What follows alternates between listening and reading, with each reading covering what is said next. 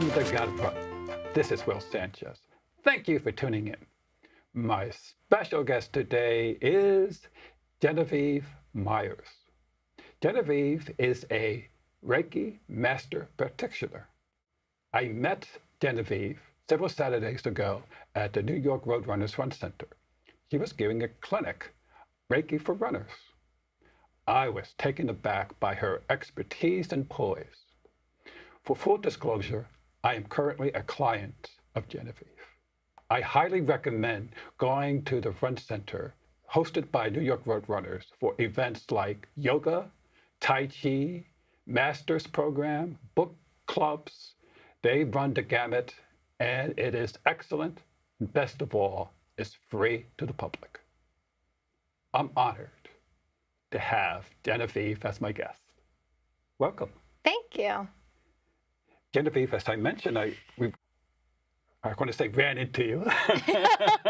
Yes, we did run into each other, yeah. At the Run Center. Gracefully, yes. At the Run Center. So I think it's a great venue to introduce all sorts of disciplines, and I'm so thrilled that Roadrunners is, besides strictly running, they have these other disciplines, like the one that you are an expert in. Mm-hmm. So tell us, how did you learn at the Run Center, and why did you book a session there?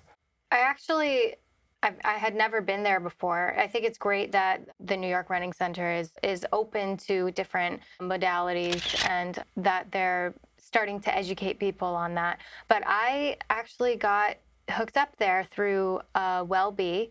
I'm an ambassador for them, and I'm part of their app. And they asked me to go and speak at New York Roadrunner and to speak about meditation and mindfulness, but to also speak about Reiki. So, and I was all for that. I'm all for educating people on Reiki because a lot of people don't know what it is. So it was really, really fun to go and be able to do that. Yeah. Yes.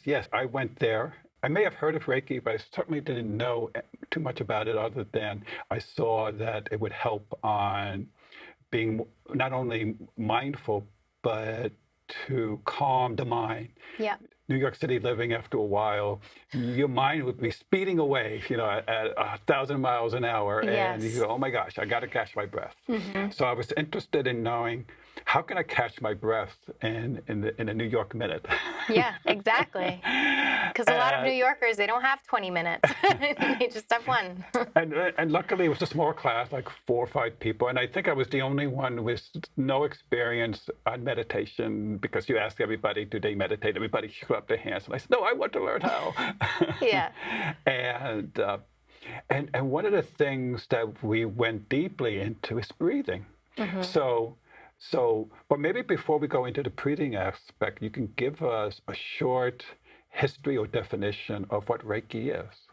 So Reiki is, to break down the word, Rei is energy from universe. It's universal energy, and universal is everything. Universal is the energy that you and I share. It's the energy that these curtains share. It's everything has energy. And then Ki is life force energy. So that's the earth. So it's the two coming together to help heal. But we don't call ourselves healers, really. Really what Reiki practitioners are here for are because through time, since we are all energy, through time our energy gets stagnant for many reasons. Environmental, trauma to the body and mind, grief, illness, really, anything. And so that's where we come in, and we help to create a flow of energy, because that's when we are at our most well, and just to help further wellness, mind, body, soul, in all aspects. Interesting. You call it flow of energy. So you're saying sometimes because there's a stoppage and you figure out how to release it so that it flows, rather than it's stuck here or stuck whatever we're stuck at. Yeah, exactly. Because also our bodies, we have a natural healing energy in our bodies, but we kind of lose sight of it or lose track of it over time. We lose consciousness of it. All of us do. That's where Reiki is great too, because we come in to help restore the natural healing aspects of Okay, your. so are you part of a tribe? No. That's what we mean. Just we is all Reiki practitioners and all, because I'm not the only Reiki practitioner in the world. So, and it's a beautiful community to be a part of. I mean, Okay. every Reiki healer or Reiki practitioner has their own kind of way of it. It's not like a regimented thing. Okay, so how do you become a Reiki master? Well, there are different levels of Reiki that you become trained to. I did my my Reiki 1 and 2 in 2014, and then a year after that, I did my ART and master certification. Okay, 1 and 2 is level 1, level 2, right? Mm-hmm. And then art? Advanced Reiki training. Ah. Yeah. Because there is the word art in the chiropractic world. Oh, really? Yeah, so I was wondering, someone is related. Oh, yeah. But this is advanced Reiki training. Advanced Reiki training, yeah. Okay. And then you become a master. And then a year after that, I became a medical Reiki master, which means I'm trained to do Reiki in the OR during surgery, as well as pre-op, post-op, and hospice. Okay, but what kind of surgery? It's like, for example, if somebody's having a baby? It can, yeah. I mean, if someone's having a baby, they can absolutely have a Reiki healer present during that. But what it's being used for mostly right now is for cancer patients. Oh. Yeah. So you mean in terms of, cancer patients have to go through several protocols, like there's chemo, there's the operation itself, and then usually there's some kind of radiation. So where would you guys come in, or where you would like to ideally come in? All of it. And we can be there through all of it, because we're not, also to make it clear that Reiki healing is not here to replace any Western medicine. We're here to work with Western medicine. And we work with patients going through chemo, radiation. We work with them in the OR during surgery if the hospital and the doctors allow it. And because it helps with the side effects of everything. It helps with pain management. It helps with, there have been many stories where when a Reiki healer is present during a surgery, after the surgery, the patient, it's possible, not every case, but it's possible that the patient doesn't need as many pain meds afterwards, and they just have a more graceful healing process. That's very interesting. So I guess, some of the medical profession has embraced Reiki. So which hospitals do that in the New York area that you know of? For sure, I know Dr. Sheldon Feldman. He's the head of breast oncology at Montefiore Hospital in the Bronx. And he works closely with Raven Keyes, who is the woman who created the medical Reiki training.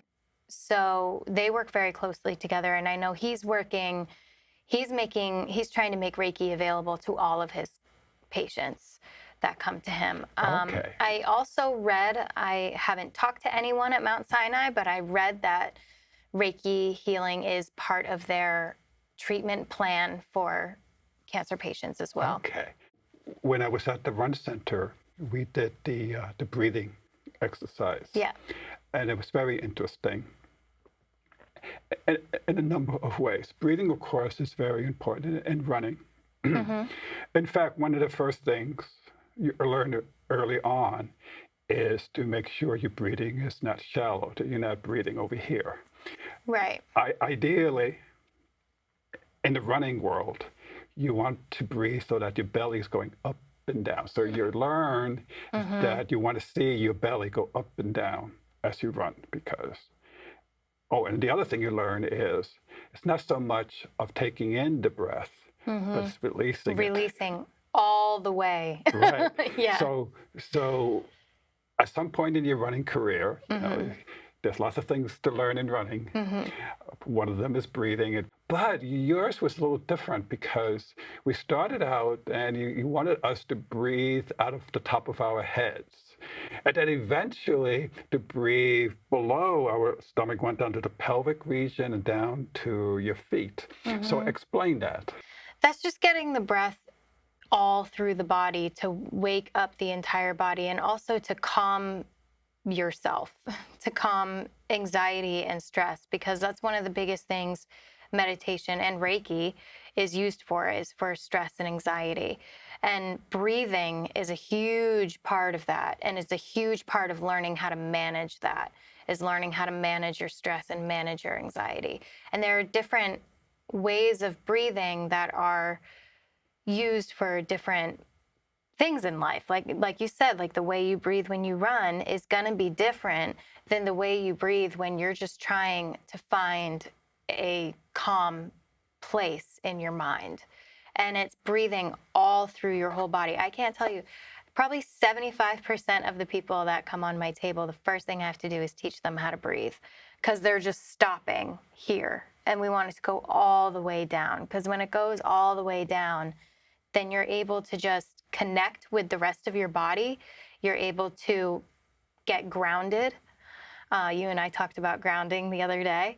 You're able to get grounded and just more mindful of all of it. Interesting. If you hear the terms you're using in other disciplines, what was also fascinating about being at the Run Center, it's like almost being at Grand Central Station, because there's a lot of activity, people are, coming in, there's talk, there's noise, but that didn't faze you. In fact, you said, let's take advantage of the noise by ignoring it. Yes.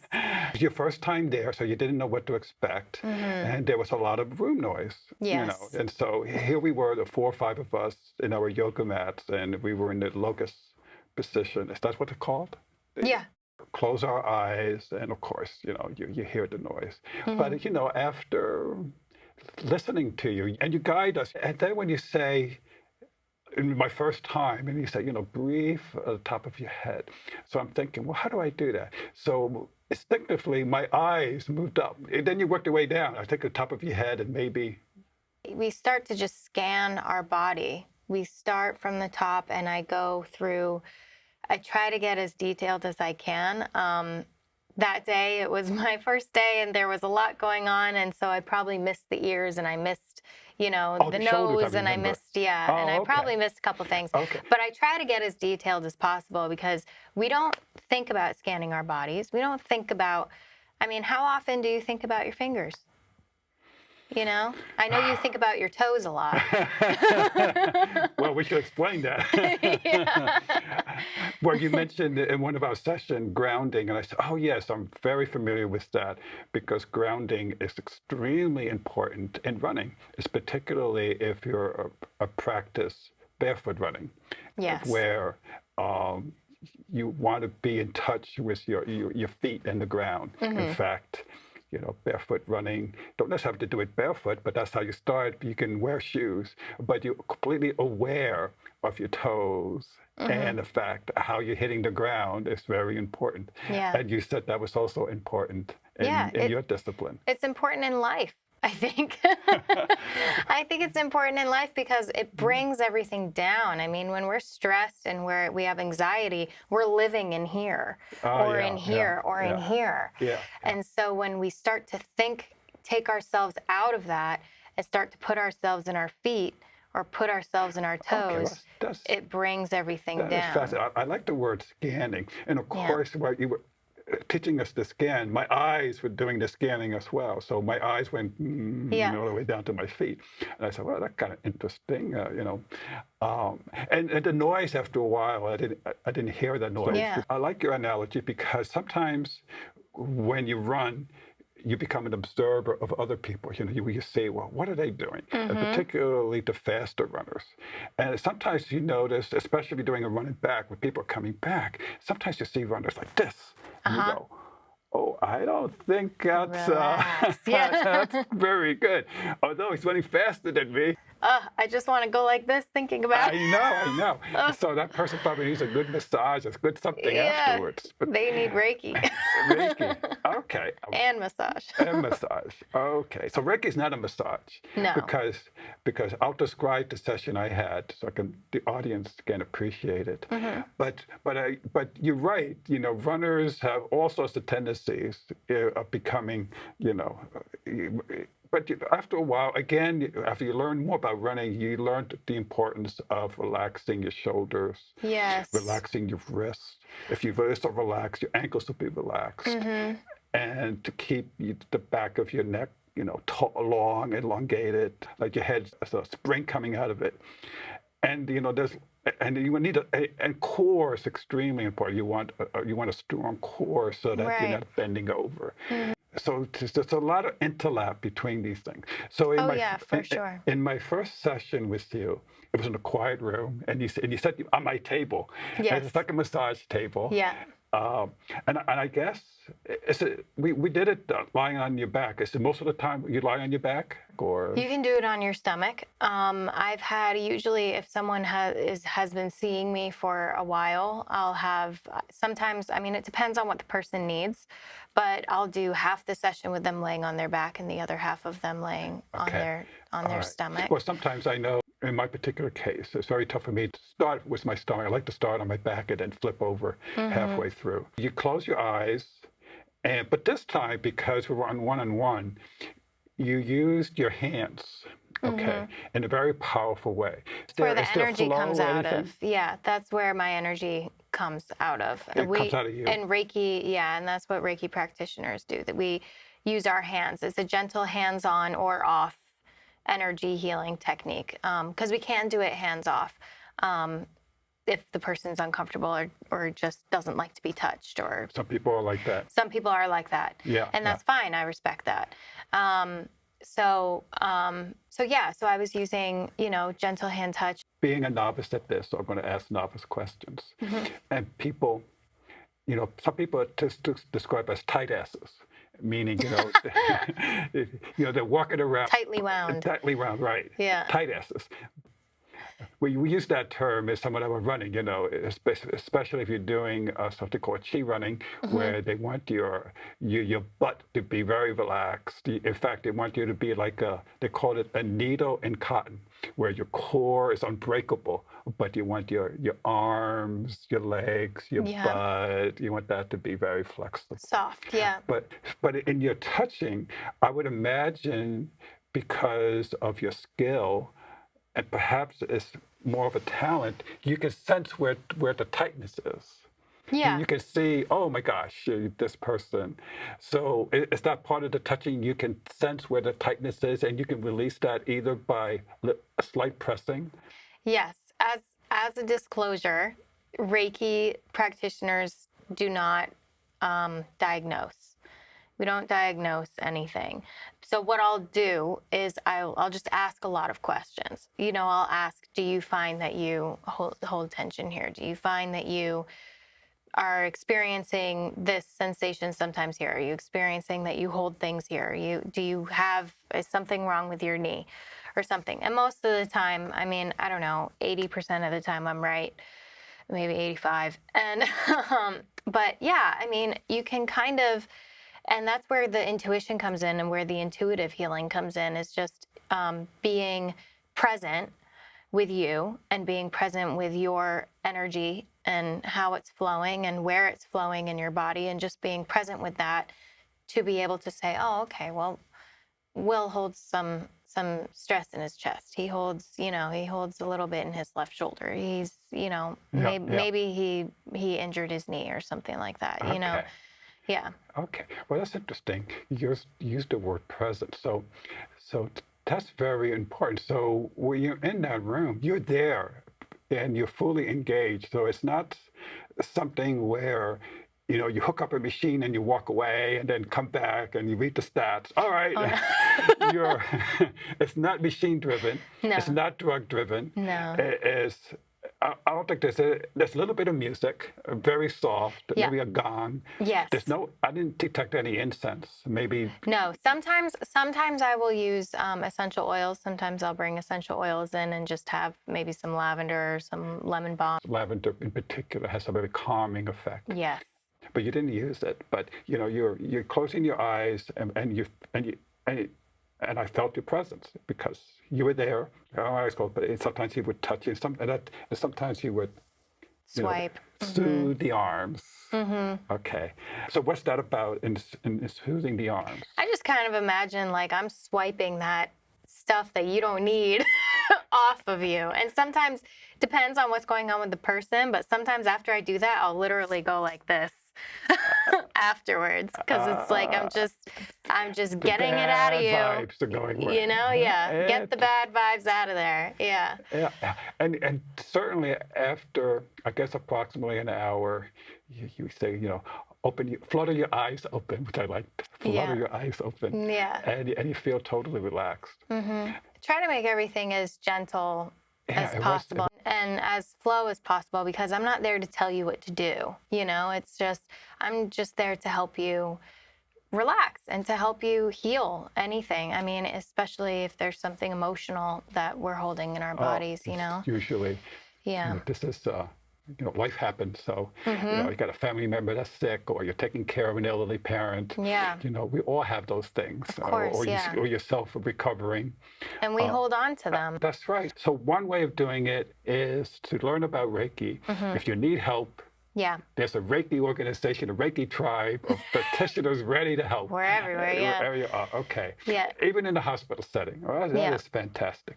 So Genevieve, let's go back to the beginning. Okay. Tell us where you were born and what your childhood was like. I was born in Maine. I was born in Cape Elizabeth, Maine, which is right outside of Portland. And I spent all of my summers at my house in Nova Scotia, Canada.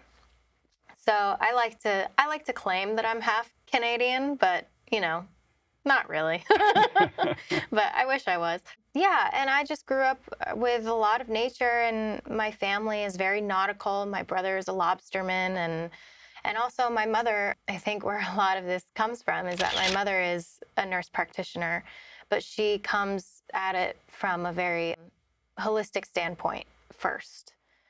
She comes from a wellness standpoint first. She cares about the wellness of the person and not just, making their pain go away. She kind of incorporates all of it. And I love her for that. And she also is I grew up very spiritual, and she had a lot to do with that too. Not necessarily religious, just being aware that there is something higher there's than a force us. or there's a spirituality to all of us. Yes. Okay. All right. Where did you go to school? I went to high school in Cape Elizabeth, and then I went to the American Musical and Dramatic Academy here in New York because I'm an actress too. So I went there and did their conservatory program. Yeah, and then 3 years after I graduated there, I started doing all my Reiki training, which I never thought I would do. But what inspired you to get into that besides your mom? I was working in a restaurant. I was doing that whole thing, and you're an actress, aspiring actress. They all work at restaurants for some reason. It's like a mandatory. I guess restaurant owners are very sympathetic. I got an audition tomorrow. I need the day off. They said, go for it. Well, sometimes they are. Well, sometimes you just have to. I mean, sometimes it's like you're not going to let me go. Well, I'm going to go anyway. Oh, okay. So you at the restaurant, waiting tables. I was at the restaurant, and I started working with a friend of mine who. Actually a friend from back home, and he moved back to the city, and he was doing hands-on energy healing, which is a different technique. Personally, I think it's all the same thing just because energy is universal, but the way that he does it is different, I guess. So he was working with me because I was kind of going through a transition in my life, and from Maine to New York, that's a big transition. Yeah. So I thought, well, this is great. I feel like this is something that I could do. I was just kind of being called to look into it more. But the program that he did was in San Francisco, and it was like for 6 months. And I was like, I can't do that. So then I started looking into other things, and just Reiki kept coming up and coming up and coming up. And they say that Reiki comes to you. So it did. And I found the International Reiki Center here in New York because if I was going to get certified in something like this, and if I was going to pursue this as a career alongside acting, I wanted it to be legit. And they train psychologists, massage therapists, nurses. I mean, I was in a classroom with all those people. So I thought, those are the people that I want to be surrounded by Excellent. That was doing this. sweet. And then at some point, besides Reiki, you also do recreational running. So what kind of running do you do to help you stay grounded? I love running. I usually just run. I run on the treadmill, but growing up, I ran a lot in the woods. I miss doing that. You don't really get to do that a lot here in New York.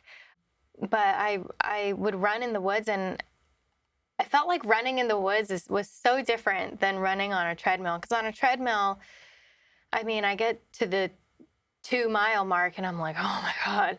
But when I'm running in the woods, I come out of the woods and I realize I just ran 5 miles in the woods. And well, you got the birds that and all felt the nothing. creatures talking to you. Oh yeah, and you're hurtling over tree trunks and that whole thing too. Very different, very different. If you join a running club, they have all these excursions, like the Van Cortlandt Park, a beautiful trail running there. Van Cortlandt Park does, really? Yeah. Oh, that's right up near me. That's very good to know. Yes, the Van Cortlandt Track Club would love to have you. Any running club would love to have you. Yeah. Do you run marathons? I used to, not anymore. Yeah. I've done 18 of them. Wow. See, I would love to run a marathon, but I'm too scared to do it.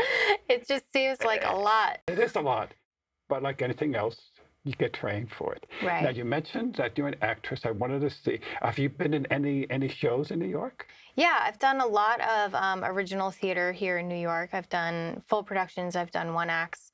I have done a lot of independent films. I was in a film that I had a very small role, but I was in a film that went to Sundance a few years ago, and I recently was on AMC's Dietland. Oh my God, I went running at midnight. Never done that before in my life. It's great. You should be spinning. Running's too hard on the face. Juliana Margulies. I loved her in The Good Wife. Oh, I love her. I had a small, actually, you know what my role was? I was a runner. I was a woman running, and I was being interviewed on the news. Now, any last words for our audience? Just be mindful, be well, take care of yourself. Self-care is really important, especially if you're a runner. And just, I don't know, many blessings to everyone. Well, thank you so much. Thank you.